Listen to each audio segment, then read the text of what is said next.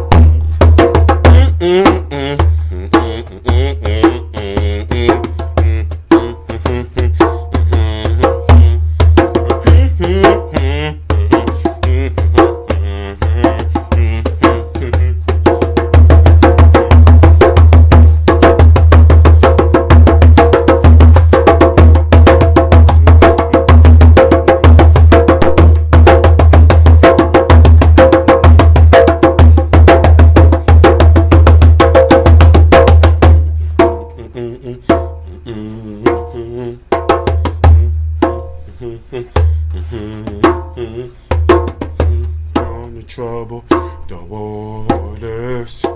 Let's go to trouble, the waters. Let's go to trouble, the waters.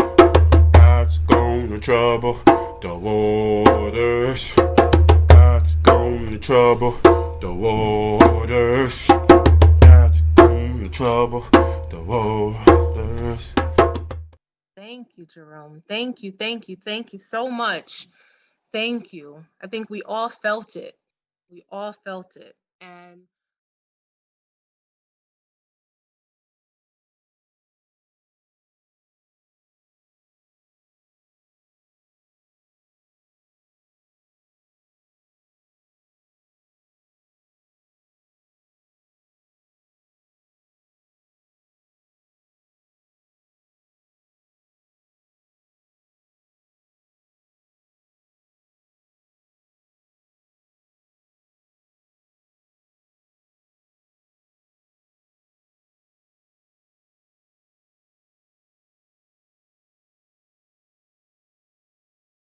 but this year we actually have some friends who have decided to partner with us. We have the NAACP. We also have the Berkshire Black Economic Council. We also have Clinton Church Restoration, and we have the West Side Legends. So I am so grateful and thankful that everyone decided to come together so that we could unite for Kwanzaa. Now, I think some know what Kwanzaa is about, but Kwanzaa is a non-religious holiday, and really it is, you know, it is something where it's set around 7 principles. So these principles are not relegated to necessarily one group. You can be from any background and you can celebrate Kwanzaa. You can have purpose. You can have self-determination. You can be united. You can have cooperative economics. You can hold on to those principles. You do not have to be of a certain background to celebrate. And so I am so thankful that you all, I can't see your faces. You can see my face. I can't see your face. But I'm so grateful that you guys have decided to join us tonight. So we have a really great program. We have Misty Blues, who will be the Misty Blues Band. They will be providing entertainment. We also have Warren Dews, who is going to provide a selection. We are going to have the traditional lighting of the candles. And our guest speaker for tonight is Malia Lazu, and she is a social justice leader. She is an entrepreneur. She is a lecturer in technological innovation, entrepreneurship, and strategic management group at the MIT Sloan School of Management. So I think we're going to be in for a treat. And last but not least, our theme is Umoja.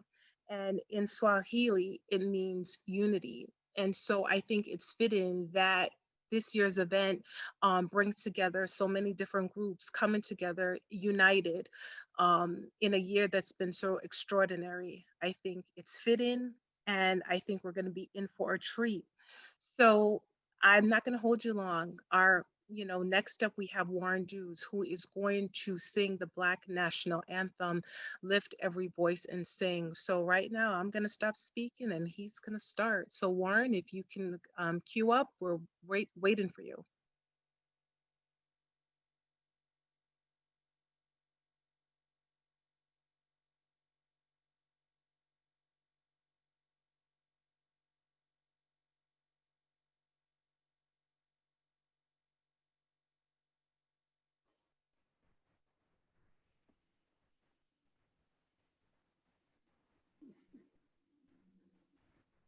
I think we're just going to work on seeing if we can unmute Warren, and then we're going to work on seeing if we can get that situated right now. So we're going to unmute him.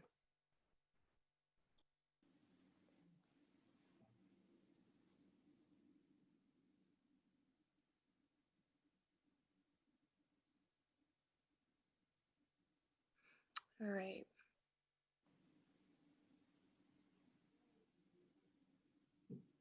All right, I think we Y'all hear me now? We do hear Warren. Thank you, Warren. Awesome, awesome. Lift every voice and sing till earth and heaven ring with the harmonies of liberty. Let our rejoicing rise high as the listening skies. Let it resound loud as the rolling sea. Sing a song full of the faith that the dark past has taught us. Sing a song full of the hope that the present has brought us. Facing the rising sun of a new day begun. Let us march on till victory is won. God of our weary years, God of our silent tears, thou who hast brought us thus far on our way, thou who hast by thy might led us into thy light.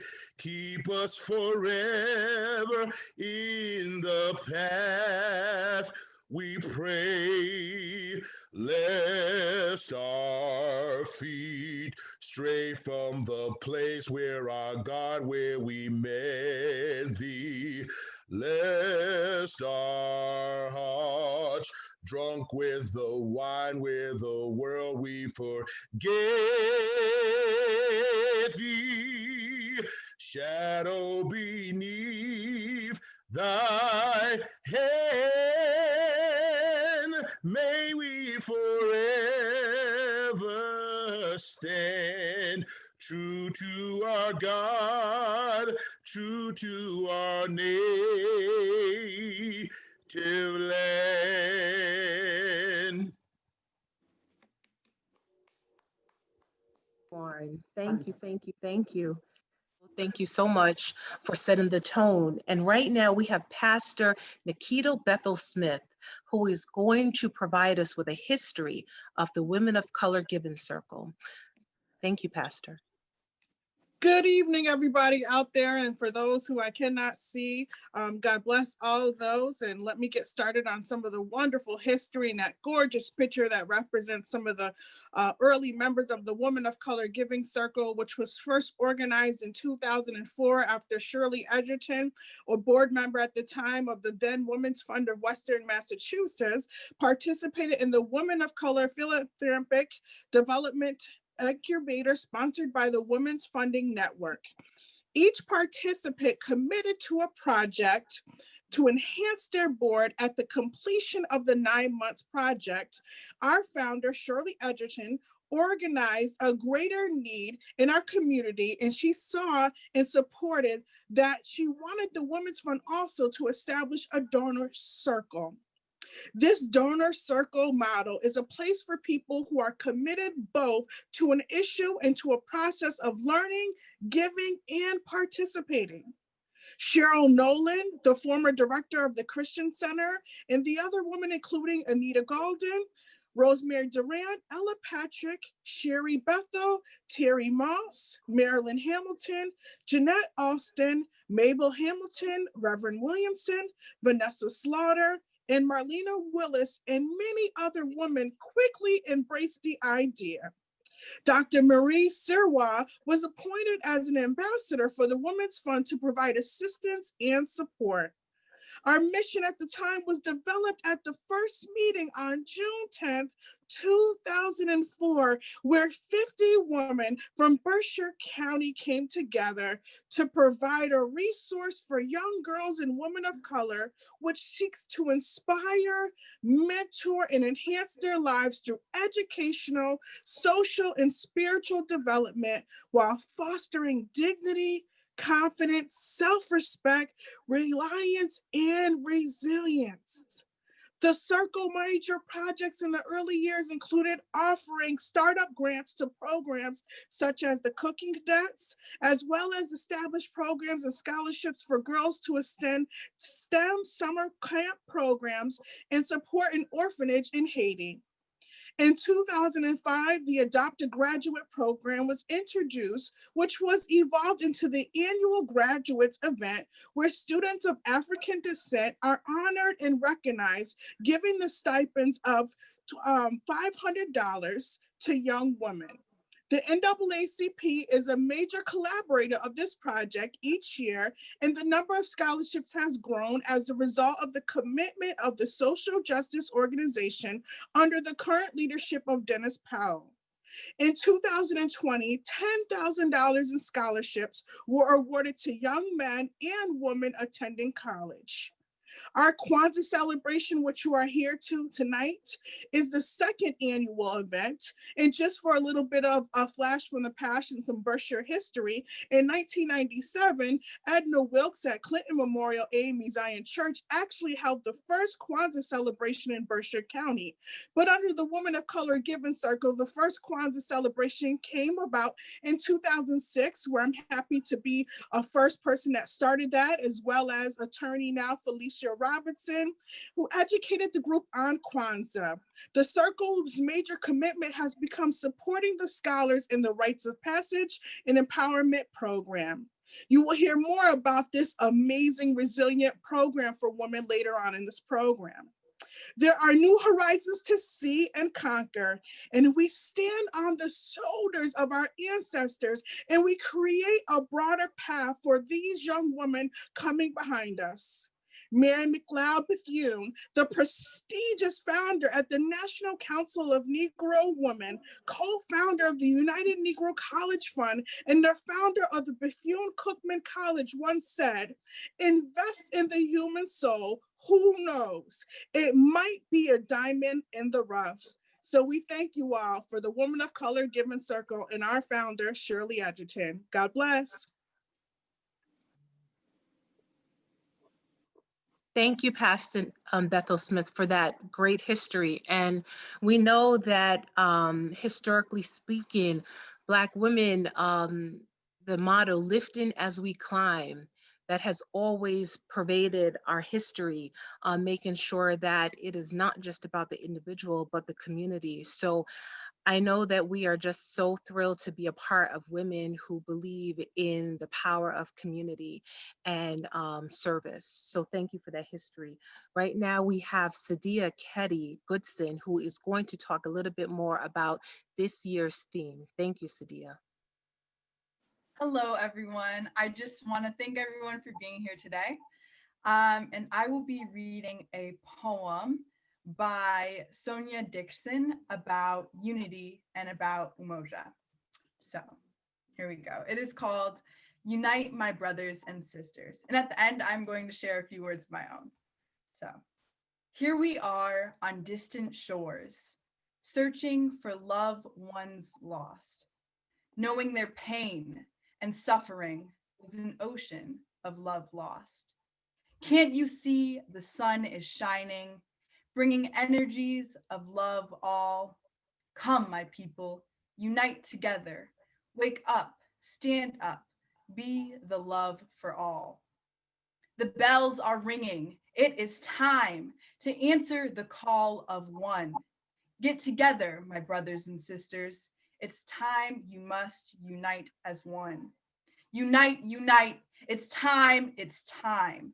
You must unite as one. Hold together, brothers and sisters. It's time to unite as one. And I'm just going to share a few more of my words. So, Umoja, the unity that stresses the importance of togetherness for the family and the community, which is reflected in the African saying, I am we, or I am because we are.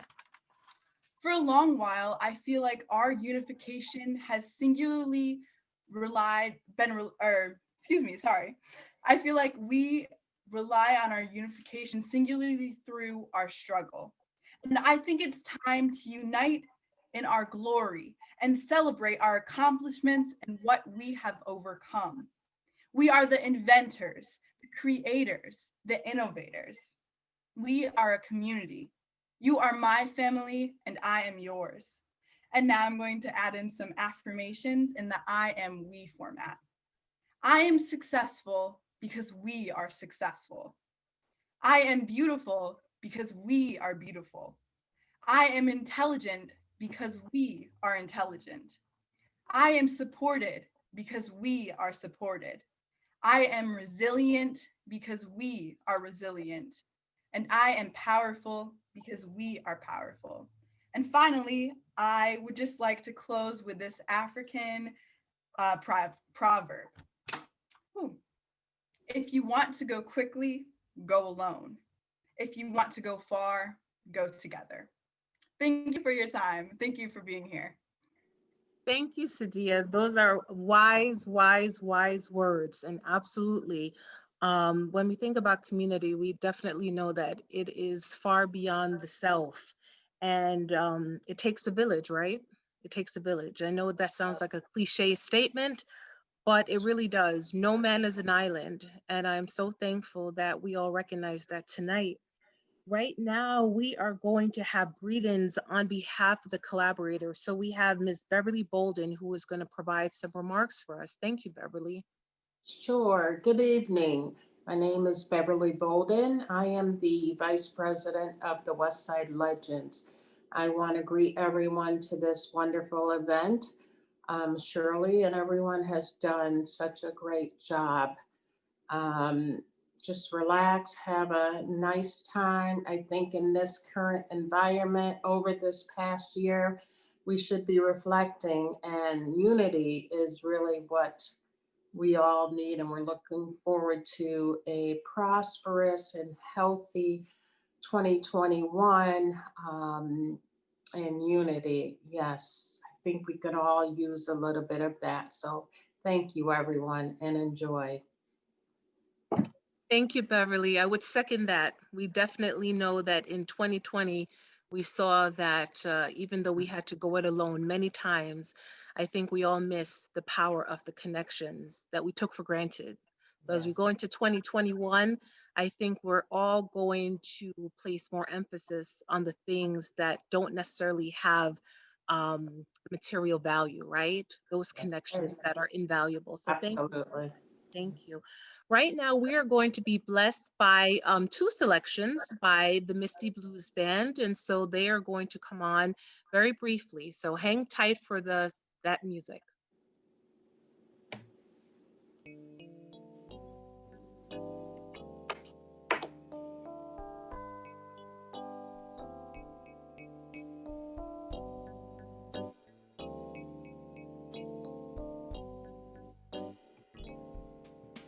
Them that's not shall get,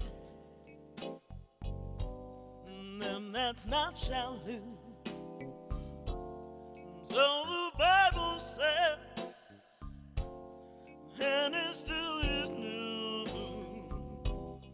Mama may have, Papa may have, God bless the child that's got its own, that's got its own.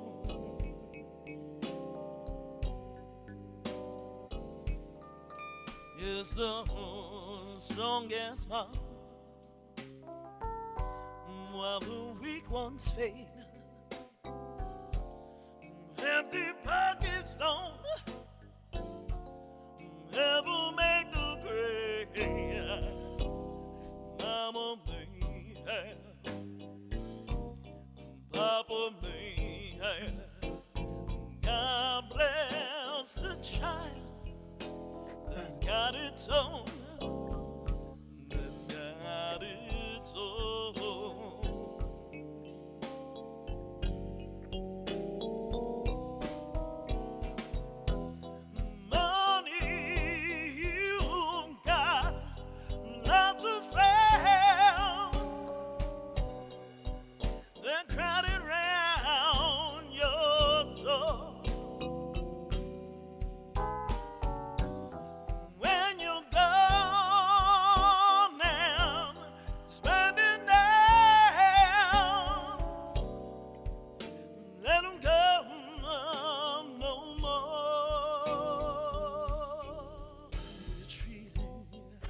relations give, crust of bread and such. You can help yourself, but don't take too much. Mama may have, Papa may have. God bless the child that's got its own, that's got its own.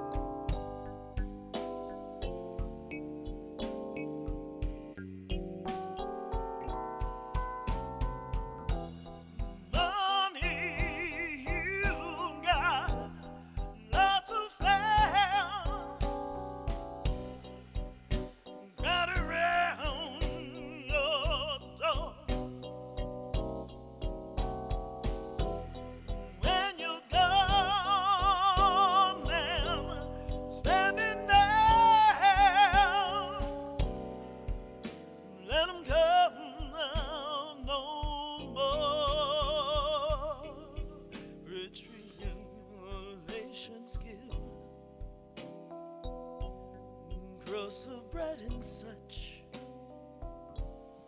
You can help yourself, but don't take too much. Mama may have, Papa may have. God bless the child that's got its own, that's got its own.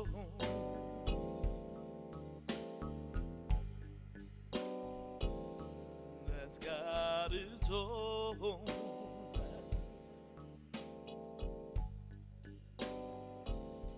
That's got its own.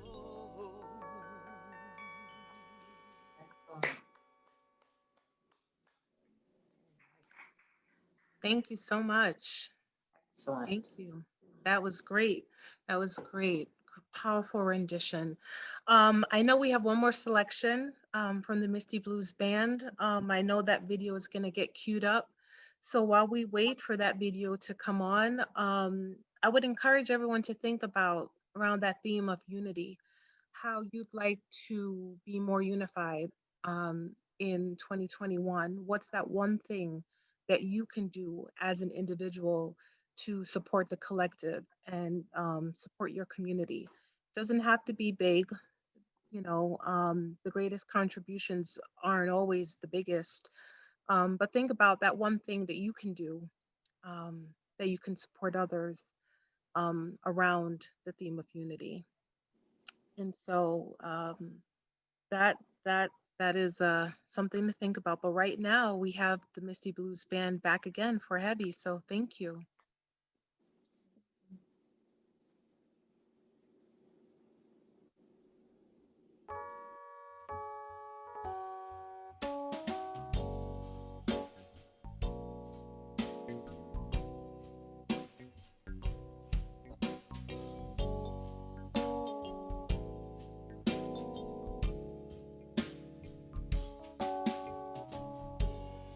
Oh, what have we done to this kingdom we proclaim to be the chosen one? Everything is chosen in each and every domain. Everything is frozen, burning just the same. Oh, it's so heavy.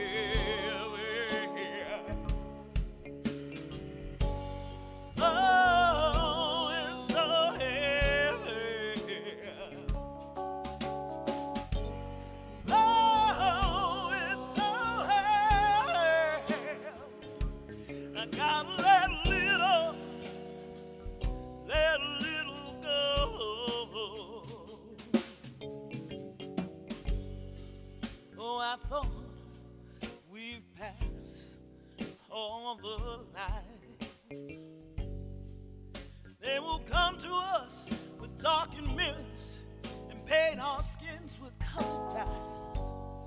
Oh, I thought we will last the time when injustice was the leader and liberty the light. Oh, it's so heavy. Oh, it's so heavy. Oh, it's so heavy. You gotta let a little go.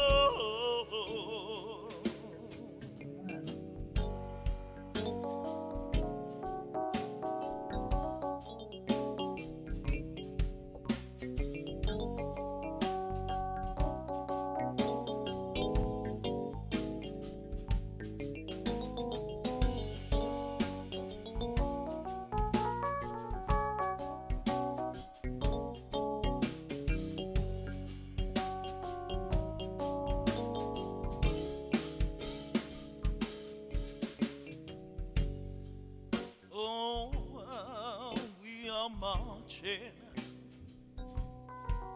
We are fighters without a cause.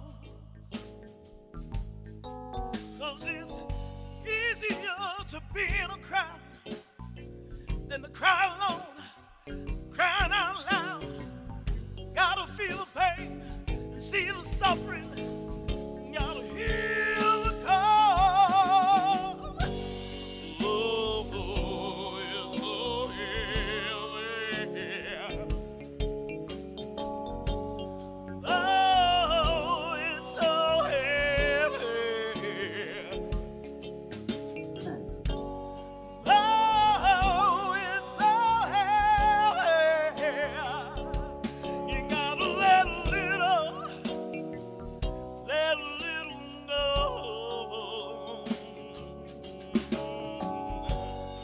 Oh, it's so heavy.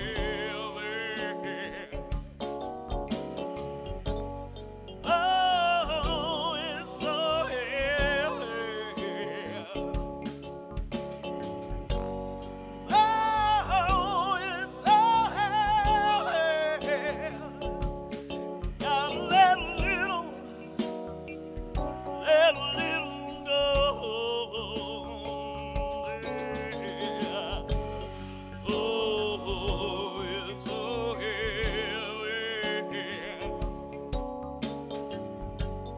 Oh, it's so heavy.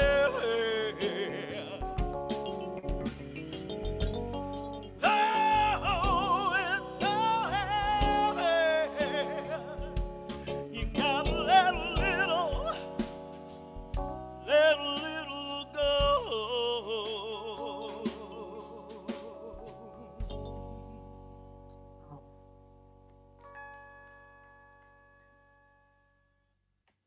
Good. Excellent. Thank you. Thank you. Thank you. Mm. As the music was playing, I was thinking about the heaviness of this year. What are we willing to leave in 2020? Right? It was a heavy year. As we're thinking about what we're taking into 2021, what are we leaving behind? There's a artist by the name of Erykah Badu, and she has a song called Bag Lady. And I thought about the heaviness, and I thought about all the things that we carry with us every day. What are we willing to leave behind in 2020 so that our load won't be so heavy? Thank you for that, Misty Blues. Thank you. Right now, I'm going to introduce Dr. Eden-Reneé-Hayes because she's going to introduce our speaker. And Dr. Eden-Reneé is the director of the Davis Center at Williams College, and she is also a fellow R.O.P.E mentor. So without further ado, Dr. Eden-Reneé. Thank you, everybody. And just want to confirm that everyone can hear me okay.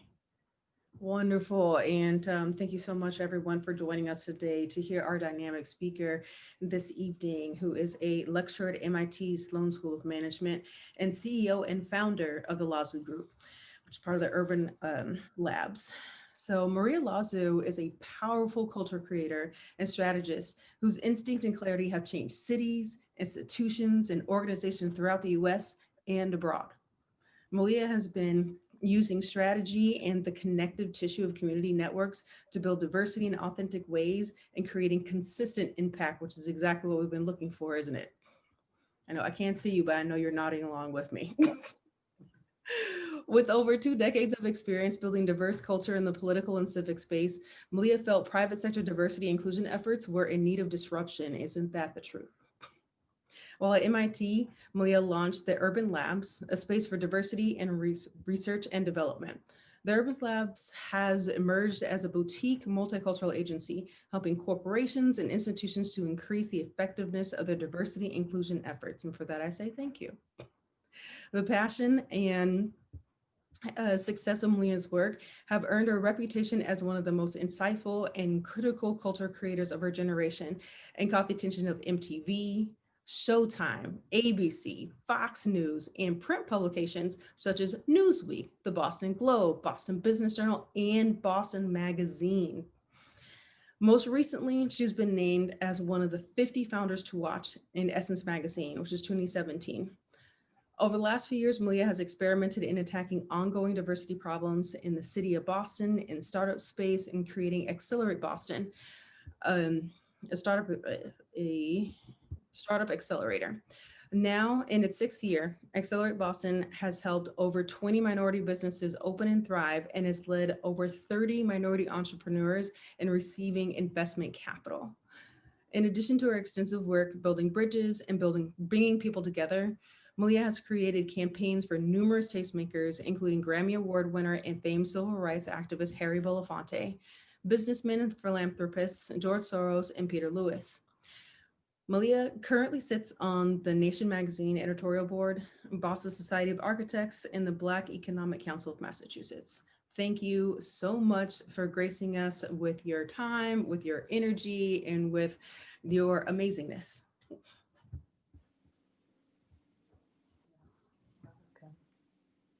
Thank you. Thank you so much. I cannot tell you what being surrounded, even if it's virtually, with so much Black woman magic and our male allies helping us hold this space. There is something very powerful about seeing Jerome drum while we were getting ready in the back room.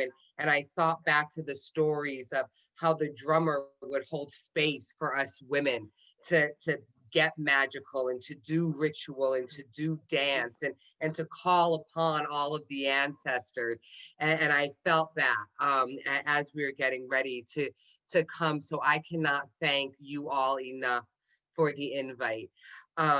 This is a it's a unique Kwanzaa. we could say it that, but I think it also reinforces the need and has us remember what Karenga was trying to get at in 1966.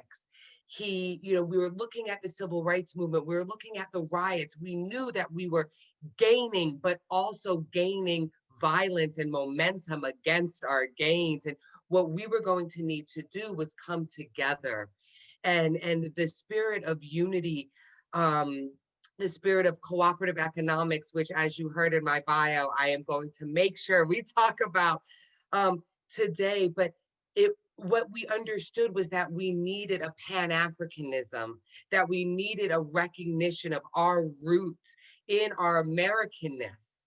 What I love about Kwanzaa is it's ours. It's what we've created when we left the continent forcefully, when we were when disunity was used as a weapon and we were torn apart from one another, and we were no longer Congolese or Ghanaian, or all we knew was we were from somewhere else, and that continent was Africa, and we became African Americans. And this is one of our traditions that we give back to the world now as some of the most resilient people on earth. as people who have survived slavery, who have survived being torn apart, and who continue to survive the ongoing violence against our magic. Kwanzaa in 2020 is necessary. This reaffirmation of our African-American culture, our Black culture, whatever we want to call it, is critical as we move ahead. When I think about evolution and I think about moments like this, where we sit about ready to evolve, the question becomes, can we shorten our tail and increase our thumbs? And at the end of the day, the 7 values of Kwanzaa helps make sure that we are evolving more thumb than we are tail. And these values are based in a pathway forward, not on individual liberation, because we knew we wouldn't get there on our own, but on collective community liberation. And that's what's being called for us to do now.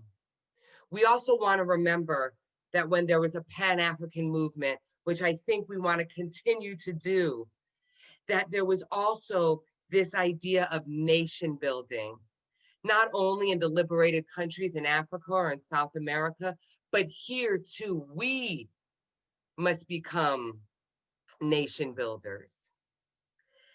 And that helps us think about cooperative economics. On day 4, we think about cooperative economics because what we know is that to move forward, we must develop an economy. And what we also know is that extractive capitalism isn't in our way. It's not in our history. It's not in our culture. We are not extractive people. And so what we know is when we build economics, we do it for all. There's a saying in my house that if one can eat, 2 can eat. And that's the saying I often think of when I think of cooperative economics. It's the idea that we can all have and we can get more if we do it together. I want to talk about an example of cooperative economics that I think is worth calling up today. And that's in the country of Spain, in North Spain. There's a province, I guess you could call it, called Mondragon. And I encourage everyone to look it up. I'm not going to be able to get into it too much today. But Mondragon is a cooperative city. So all of their businesses are cooperatively owned. Are they big? Yes. They're 6% of Spain's GDP. They have continents they have factories in all 7 continents. They have expanded globally. And yet they have certain principles. The head of this multinational co-op can only make 10 times more than the lowest paid worker. He is accountable to that. They are accountable to that. They have a structure that allows all employees to have a say and all employees to have ownership. So when 2008 happened, they actually had the least amount of unemployment because they chose to forego profits that year to keep people employed. These are examples of cooperative economics. Now, we may think we may not be able to do that here. There are examples. Baltimore, the Bronx, and Cleveland all have co-ops that are led by people of color. We can continue and we can sure as hell bring it into Massachusetts and into the Berkshires and into Boston and into the central of the state. There are a couple of things that we want to think on and move forward as we're thinking about cooperative economics. First is we have to be willing to pay our people. We all know, I'm sure there's a lot of entrepreneurs here right now and a lot of entrepreneurs of color, and we can't expect friends and family discounts when we're using our businesses. We want to pay our businesses what we can and what they deserve. We also want to expect to get paid in return. I think it's so important for us to remember that We are our biggest cheerleaders and we are our biggest consumers. Let's support our businesses, whether it's from travel to a coffee shop. If it takes you a couple more minutes, let that be. But it's critical that if we were to actually build a cooperative economic model, that we must be our first supporters and that we must believe in our business before anyone else does. We know Black businesses are good, they're stronger, and when they succeed, Black people succeed. I want to thank the young sister from before talking about I am because we are. I am powerful because we are powerful. I will become wealthy because we will become wealthy. And what we will also know is that it is not just financial wealth of a people that matter, but the health and the connectivity of them. The last thing that we want to think about is our own worth. We have had generations of people trying to remove what we know to be true, which is not only are we worth it, but that we are in fact magic. And I'm so happy that we were able to bring this term back, because we forget that there were times where there's some stories where we may have knew how to fly. A people who know how to fly don't need policy. They can create their own, and we can do that. We can fly as high as we want. So in closing, I send you my heart. I send you my body, and I send you my support. And I know that 2021 is not only a rebuild for the US or for the world, but it is just like in 66, a recommitment to us, to Black people, to African Americans, to reaffirm our dignity and to recommit ourselves to each other's success. I am because you are. And I end with one of our biggest success stories, Madam C.J. Walker, who helped us know that we were millionaires long ago. Okay, we didn't need BET. We were millionaires long before all that. And she has this great quote, and she says, I didn't wait for opportunity. I made opportunity. Together, we will make our way in 2021, and we will manifest more opportunities than we know what to do with. Thank you so much, Women's Giving Circle. Thank you so much, everyone who's joining. It's a pleasure. Malia, thank you so much. I wish you could keep talking. You were dropping some jewels. Thank you. I'm like taking notes, writing things down. I'm like, you have said a word. Thank you. Thank you so much. And there's nothing much I can say after that. You have dropped some jewels, and I think we're gonna go away with some things to think about tonight. Right now, we do have a selection from Warren.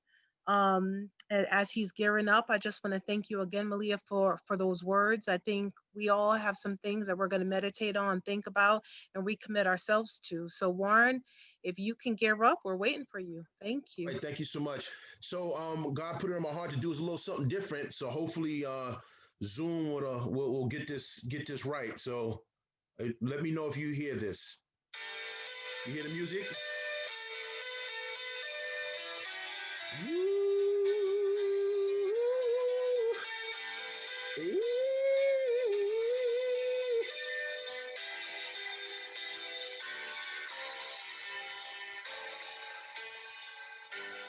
You are so beautiful. Yes, your love to me. You are so beautiful. Yes, you are to me. Can't you see?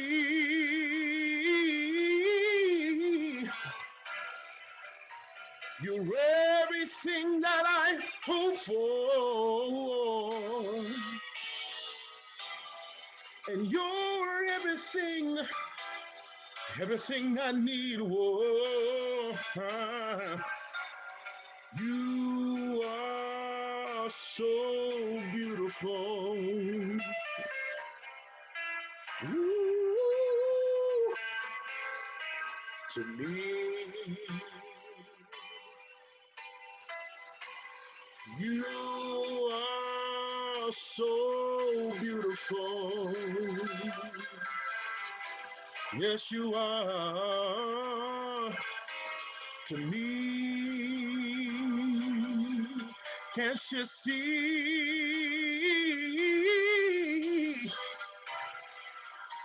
You're everything that I hope for. And you're everything, everything I need. Whoa. You're everything that I hope for. And you're everything, everything, everything, everything I need.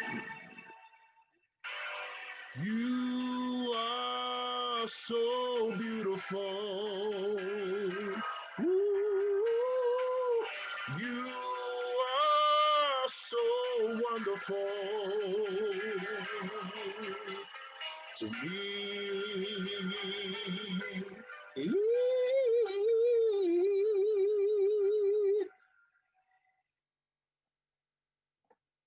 Thank you, Warren.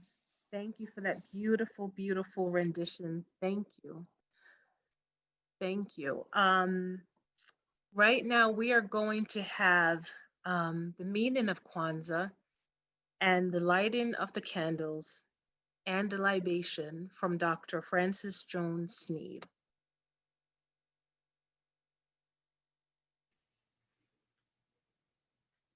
Good evening. It's such a great pleasure to be with you this evening to share with you our family's tradition, as well as a tradition that has spread all around the world. We began celebrating Kwanzaa in 1970. And so we have a kind of a 50-year, treasure of celebrating this holiday.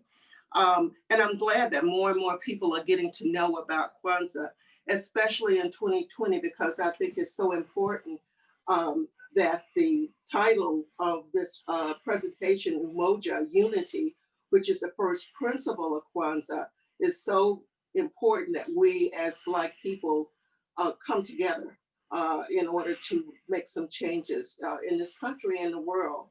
So Kwanzaa is a unique American holiday, and it pays tribute to the rich cultural roots of Americans of African ancestry, and probably the very first holiday that does so. Kwanzaa means the first of the first fruits of the harvest. The founder, Malana Run Karenga, borrowed it from an East African tradition, because in Africa at this time of the year, most of the countries are harvesting their crops. And once the crops are harvested, then they all come together to celebrate. And so he borrowed that kind of phrase of Kwanzaa, which it comes from Kiswahili in East Africa, as first fruits. It's observed between December 26th and January 1st, each night. And it was founded in 1966 by Ron Karenga, and he was a Black Studies professor at University of California. And he describes himself as a cultural nationalist. And so we're very thankful to Mr. Karenga for thinking of this kind of tradition that has now been adapted all over the world. Kwanzaa is a unique holiday in that it's not religious, It's not political, it's not heroic, but rather it's a cultural holiday to celebrate our culture. Long times, Black people thought that they had no culture because that's what they were told. But when we celebrate Kwanzaa, we are saying, yes, we do have a culture that didn't start here on this continent, but a culture that we brought from the motherland, Africa. It's based on what we call the Nguga Sabo, the 7 principles. And the 7 principles actually relate to the candles that we have here. When you're setting up your table, you start with a straw mat that is called the Nakeida. And then you put on top of that the Kanara, this is our Kanara that we've had since 1970. You see how worn it is. And then you put in 7 candles. The very first candle in the center is a Black candle that represents African people. You put in 3 red candles that celebrates the blood that we shared for the freedom that we fought for. And the green represent our hope and Mother Africa as well. So now what I'm going to do is I'm going to go through the Nguga Saba, or the 7 principles. Each night we celebrate one of those principles. And with those principles, we light a candle. And so off screen, my daughter will be saying the principles as I light the candles.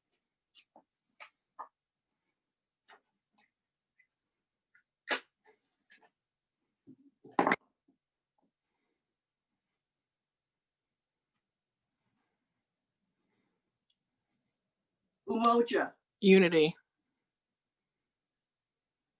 And it means to strive for and maintain unity in the family, community, nation, and race. Kujachakalia. Self-determination. Which means to define ourselves, name ourselves, create for ourselves, and speak for ourselves instead of being defined, named, created for, and spoken for by others. Ujima. Collective work and responsibility. To build and maintain our community together and make our sisters and brothers' problems our problems, and to solve them together. Ujamaa. Cooperative Economics. To build and maintain our own stores, shop, and other businesses, and to profit from them together. Tonight is Ujamaa that the sister talked about in her speech. Nia. Purpose.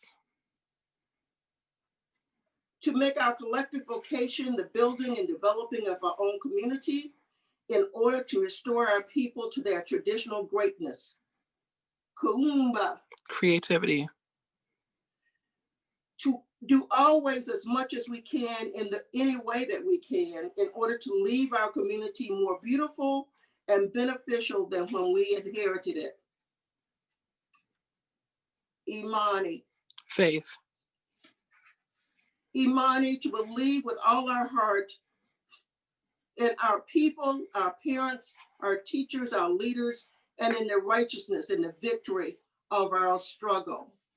And also, this is called the Unity Cup, and it's always placed there. We didn't talk about also the basket that includes the corn, the ears of corn, that stands for each child in the family. You're supposed to put an ear for each child. If you don't have any children, you're supposed to put a couple of ears anyway for children of the future. Fruits and vegetables representing that first harvest in any way. And now I will do the libation. And the libation is always done, and usually done on the very last night of Kwanzaa, when we have what they call the karamu, or the feast, when we dance and we sing and come together. And we cannot do that in 2020, but I hope that we'll be able to do this in 2021. And so usually for the libation, we use plain water because water nourishes us all. It's the root of who we are and who the earth is, so that we use this in our way. So we pour libation in remembrance of the ancestors on all special occasions. Kwanzaa is such an occasion, and as it provides us with an opportunity to reflect upon our African past and American present, water is suggested as it holds the essence of life. Libation should be placed in a communal cup and poured in the direction of the four winds, north, south, east, and west. It should then be passed among family members and guests who may either sip from the cup or make a sipping gesture. I want each one of you who's listening tonight to put into the chat some person or some ancestor that you want to be remembered tonight to go into the new year as we are pouring this libation. For the motherland, cradle of civilization. And then after you pour it, you say Ashe or Amen. For the ancestors and their spirit, Ashe. For the elders from whom we can learn much, Ashe. For our youth who represent the promise of tomorrow, Ashe. For our people, the original people, Ashe. For our struggle and in remembrance of all those who have struggled on our behalf, Ashe. For Umoja, the principle of unity, which should guide us in all that we do. For the Creator who provides all things great and small. Ashe, Ashe. Good evening and happy Kwanzaa. Thank you, Dr. Jones-Sneed. Thank you. I think that seeing and just the lighting of the candle and hearing the meaning, I think for those who have not participated and maybe have never engaged in the celebration of Kwanzaa, you have made it very simple, easy to understand. And so I thank you for that.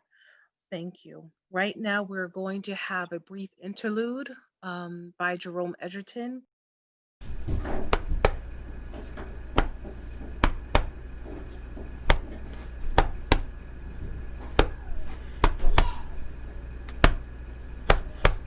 I am the heartbeat. I am the heartbeat.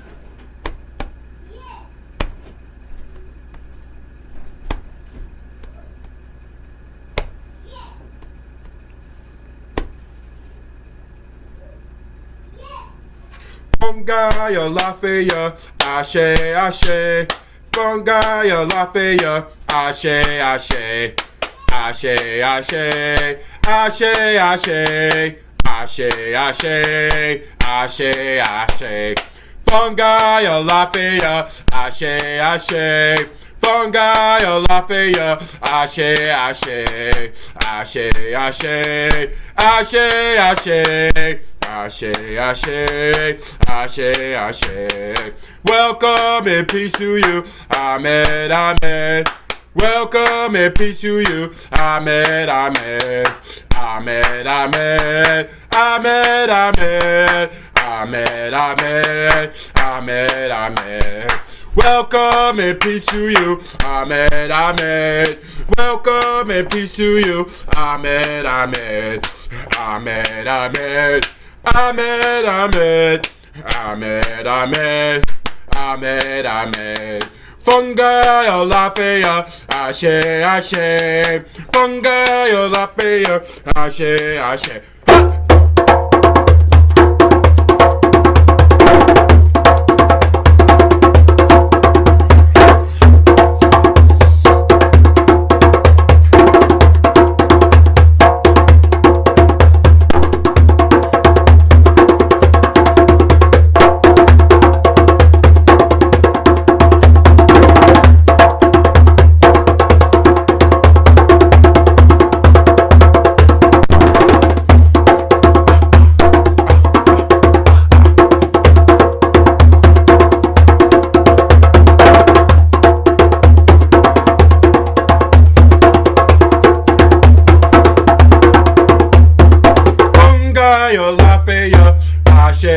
Ashe, Funga Yolafia, Ashe, Ashe, Ashe, Ashe, Ashe, Ashe, Ashe, Ashe, Ashe, Ashe.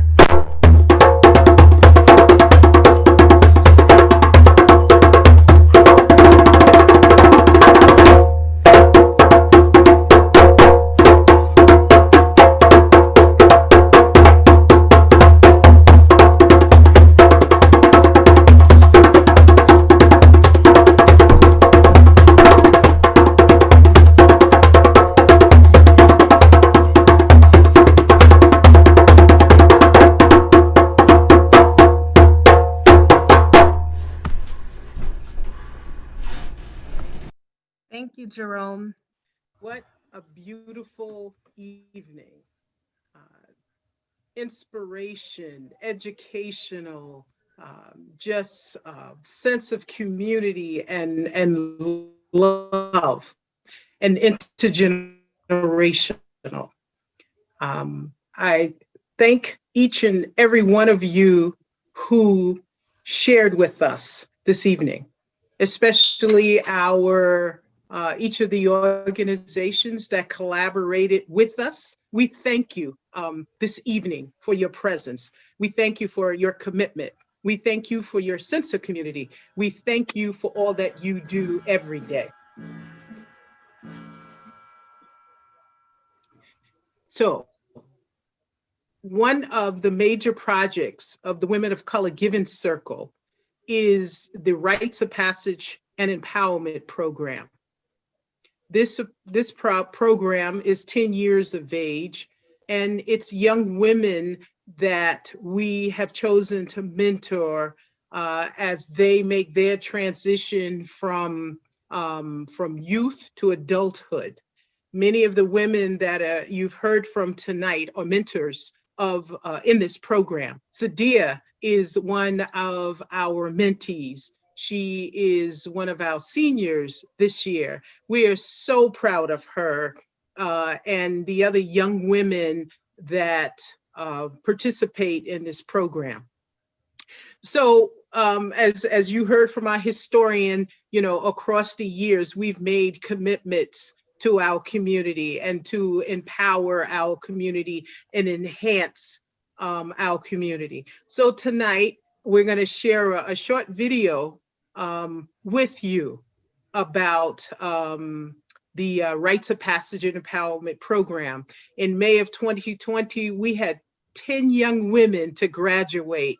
All 10 graduated from high school, and all 10 entered college. All 10 completed their first semester this past December. We're extremely proud of them.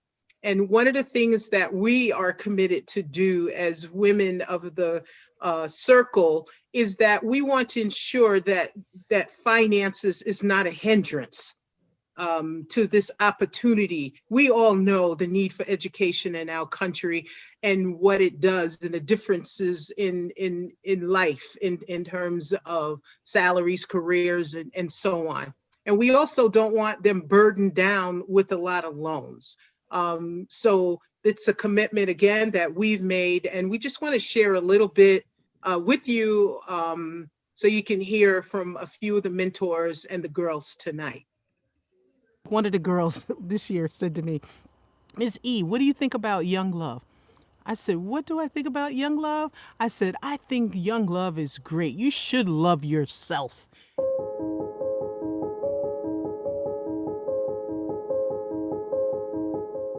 The R.O.P.E program is an opportunity for young women to know that there are possibilities.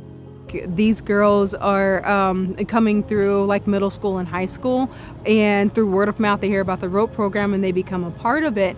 And I think for them it becomes so integral to their lives they don't really realize that, you know, there is so much that they're getting through the R.O.P.E program that many of their peers are not. We take them to Africa every other year. The other year we take them to historically black colleges and universities. If something is happening, even in New York, that has to do with students of color, we're going to take them. We want to cultivate women who care about their community, but first care about themselves and realize how important they are to this world and everything that's going on with it. If we have this safe space where you are told you are great, you are told you are good, you are told that you can do great things when you grow up, please let this be that safe space where you hear those words of encouragement and you see people who are saying you can do it, not because we're telling you, but because we live it and we believe it. An opportunity that I would say that R.O.P.E gave me was like an opportunity to like see what's like outside of Pittsfield. I know there's more outside of Pittsfield, but actually like going out and seeing it for yourself. The R.O.P.E program is life-changing, I would say, because I've earned so many mentors, people with, PhDs and doctorates that I hope to have one day. The R.O.P.E program is empowering. You have that comfort that you know they will stand by you and they will be there to support you every step of the way. Once you leave R.O.P.E and go to college, like it's still gonna be there. It's not something that's just like, okay, I'm done with R.O.P.E. It's like never ending. It's like forever. It's forever like home. So we're very proud of the success rate and the fact that all of our young women graduate from high school. 85% attend college, at least 80% graduate. This year we are like thrilled. We have 10 young women that in May of 2020 graduated, and it's just been sensational. This is one of the first years that we've been able to financially make a commitment that we're going to make sure that each girl, each of these 10 young women, not only attend college, but they don't end up with a large debt. There was this fair, it's an early college fair for historical black college and universities in New York City. So we took about 25 students. Of course, out of that 25 students, at least 8 of the girls were R.O.P.E young women. And it was just, I can't even it was amazing, They walked out with letters of acceptance, scholarship offers right on the spot. Absolutely amazing. I got the opportunity to see my mentee walk the stage, like fully dressed with her cape and gown, and it felt like overwhelmingly joyful, to be there and just to be able to witness her, crossing that stage. I've never experienced anything like that before, and I don't want to cry, but I get teary-eyed, and it's wonderful. It continues to motivate me. Like right now my heart is like pumping. I'm like, yes, I'm so excited about this program. And like see their evolution and how they blossom from being this young woman to this like amazing Wonder Woman. The R.O.P.E program is amazing. It's integral to the entire community, not just to the girls that we have. The R.O.P program is just essential.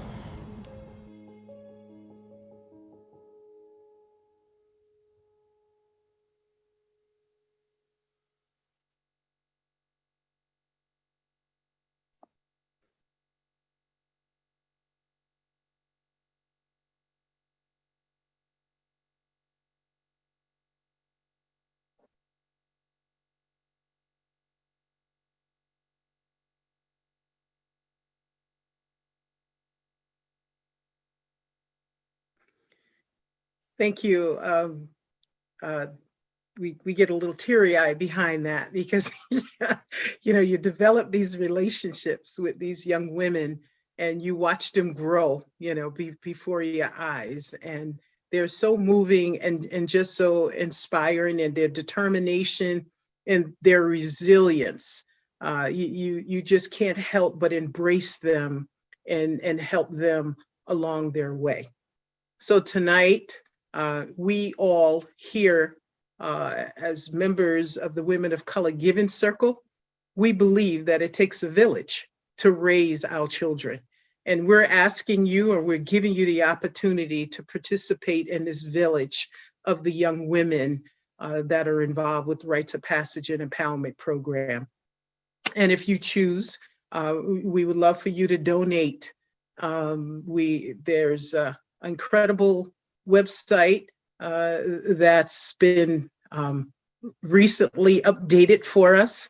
And there's an opportunity there that you can offer a donation. Also, I think the address of the Women's Fund may be in the chat. But whatever you choose to do, a kind word, a thought, financial contribution is deeply appreciated because we know that these young women will make the difference in our community as well as the larger world. So again, I thank you for your presence tonight. Malia, thank you for those inspiring, moving words to set us in a great direction for 2021. Very positive, very uplifting. And the sense of unity, I'm feeling it on Zoom. I have never felt the way of just so much inspiration in a Zoom or a webinar setting, but I'm feeling it tonight. And thank you for the words that are being, that are in the chat. But the greatest thing of all, it was just your presence tonight. Thank you, thank you, thank you. Roberta, you want to finish us out? Well, thank you, Missy. Thank you. I do believe we have one final selection by Misty Blues. And I think that is going to wrap up tonight's ceremony. But I think Miss E said it best. Tonight was about unity, and I think we're all going to come away with some jewels to hang on to. So we have one more treat in store for you all. So hang tight.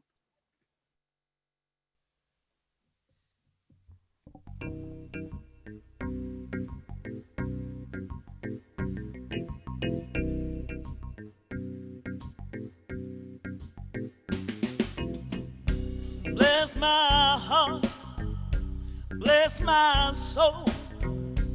Didn't think I'd make it 22 years old. Must be someone above saying, come on, Gina, you gotta come on up, you gotta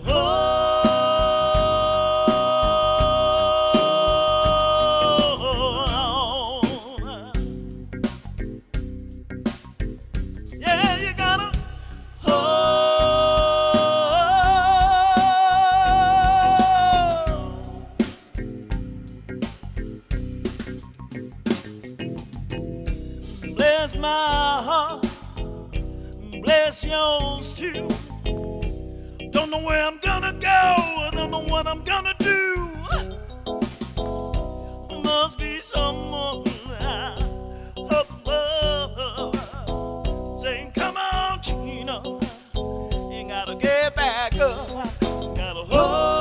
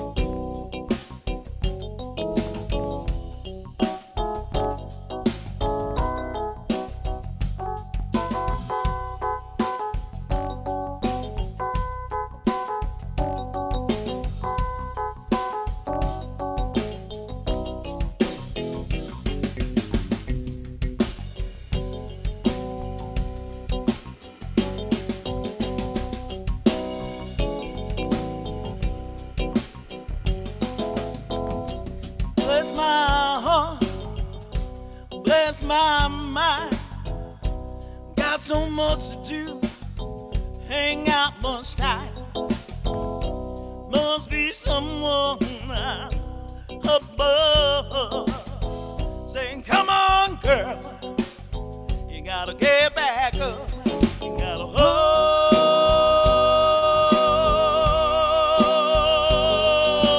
on. Yeah, you gotta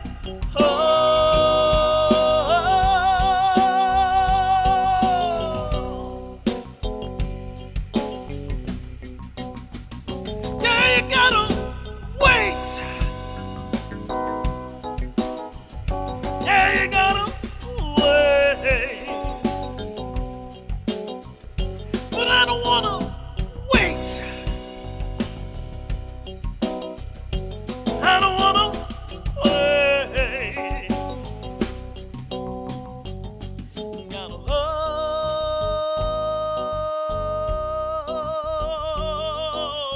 on. When the world's filled with hate, gotta hold on. When you're forced into seclusion, you gotta hold on. You gotta hold on.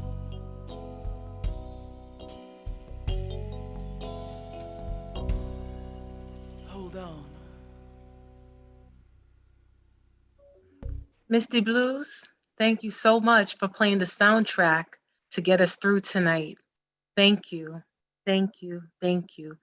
Thank you, everyone, for joining us tonight. Thank you for everyone, all the collaborators. Thank you, everyone, for participating in tonight's special ceremony. I pray that you too will hold on into 2021, and hopefully your load will be a little bit less heavier. And hopefully you'll take in some jewels for 2021 to get you through. I want to say thank you all and have a good night.